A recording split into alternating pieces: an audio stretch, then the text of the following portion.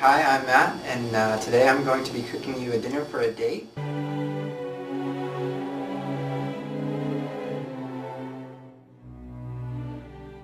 Alright, now for the meat portion of this meal, we're going to go ahead and we're going to do filet mignon.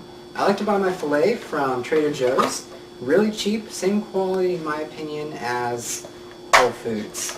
Okay, you get 2 fillets for about $10, and they're actually relatively good sized fillets if you want to go ahead and check that out.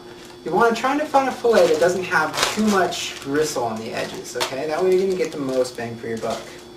Alright, so what we're going to do is we're going to go ahead and season these up. Now while they're in here, that way you don't have to worry about getting anything else dirty. We're going to put a little bit of salt and pepper on the top of each of them. Just a couple turns of the pepper. Alright, we're going to put a couple turns of sea salt on each one of them. There we go. And then we're going to go ahead and put some fresh herbs. So once again with the garlic, go ahead and mince probably about 1 small clove for each piece of meat. Alright, in a little bit we're going to go ahead and spread that in and really push it into the meat. Okay, and then once again, we're going to put some fresh herbs. This time I'm going to use rosemary. Once again, fresh is better, but if you don't have it or can't get a hold of it, use dried.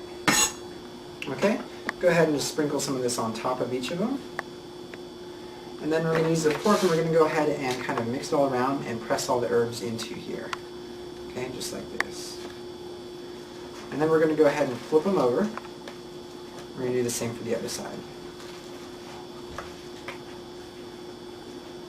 A little bit of pepper. A little bit of salt. Once again, sea salt, just so you don't accidentally oversalt your meat. It really kind of sucks for your date. I don't like it too much. And just go ahead and press it in. Okay, now today we're actually not going to barbecue it like people traditionally like to think of what you do with steaks. We're going to sear it in a pan. That's how most restaurants do it, and in my opinion it's a little more flavorful that way. Alright, now we're going to go ahead and we're going to start searing the meat. Okay, when you sear the meat, I like to use a very large skillet. This right here is a 12-inch. If you're going to do a good sear, I recommend using something that is lined with stainless steel. If you use non-stick doesn't get quite as hot as stainless steel. That's not going to get quite the same sear. It's not going to caramelize quite the same on the meat. Okay, right here I have it turned up to about medium-high. If you're using non-stick, just crank it all the way. Okay, and you want to wait until the pan gets nice and warm. So if you're using your little almond brown thermometer, you want it to, if you look at it, right about 400 degrees. Okay, that's what you want for a good sear. Now you're going to start out by putting a little bit of butter in there. Use softened butter because it's going to have a different flavor than if you use butter right out of the fridge. Okay? So you want to cut off, a fair amount. It's about 1.5 to 2 tablespoons right there. You want to go ahead and put it in your pan. It's going to start bubbling and searing very quickly. You want to go ahead and get a nice coat on the whole pan. You want to try to get it as even as you can, just like that. You can see in there. Alright?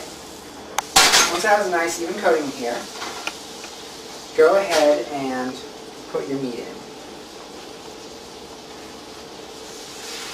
Alright, just go ahead and center them a little bit. These are 2 beautiful cuts.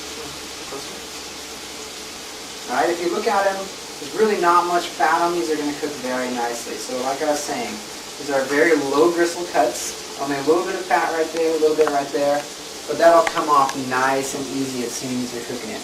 If you're using something that's not non-stick, like this pan right here, when you first put them in, give them a little bit of a jiggle. Just kind of keep them moving a little bit. That'll prevent them from sticking right away. But you really don't have to worry about things sticking as long as you keep something between your meat and the pan. So in this case, it's the butter. Alright, and it's okay if you have a little bit of extra butter in there. That is actually going to be your sauce for later. Now we're just going to let these cook for about 4 minutes each side. Then we're going to go ahead and give them a good flip. I'm actually going to turn it up a little bit. So I like to get that really nice sear on the outside. Alright, it's been about 4 minutes. Now make sure that you have your hood turned on because this place is going to start smelling very quickly. Helps if you have a little bit of a grease trap. It's kind of like a string thing here. Helps you from spattering yourself. Because butter, when it's very hot, burns. Alright, now if you kind of lift it up, you can see it's getting a very nice golden color on the bottom. Very nice brown. So you're going to go ahead and flip each steak, just like that. Ooh, yeah.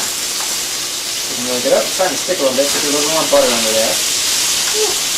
That's cooking now. Gonna give them another couple more minutes. And then we'll be ready to serve everything up. Your girlfriend or whoever your date is coming over will be very pleased. And it really doesn't take that long, not too difficult.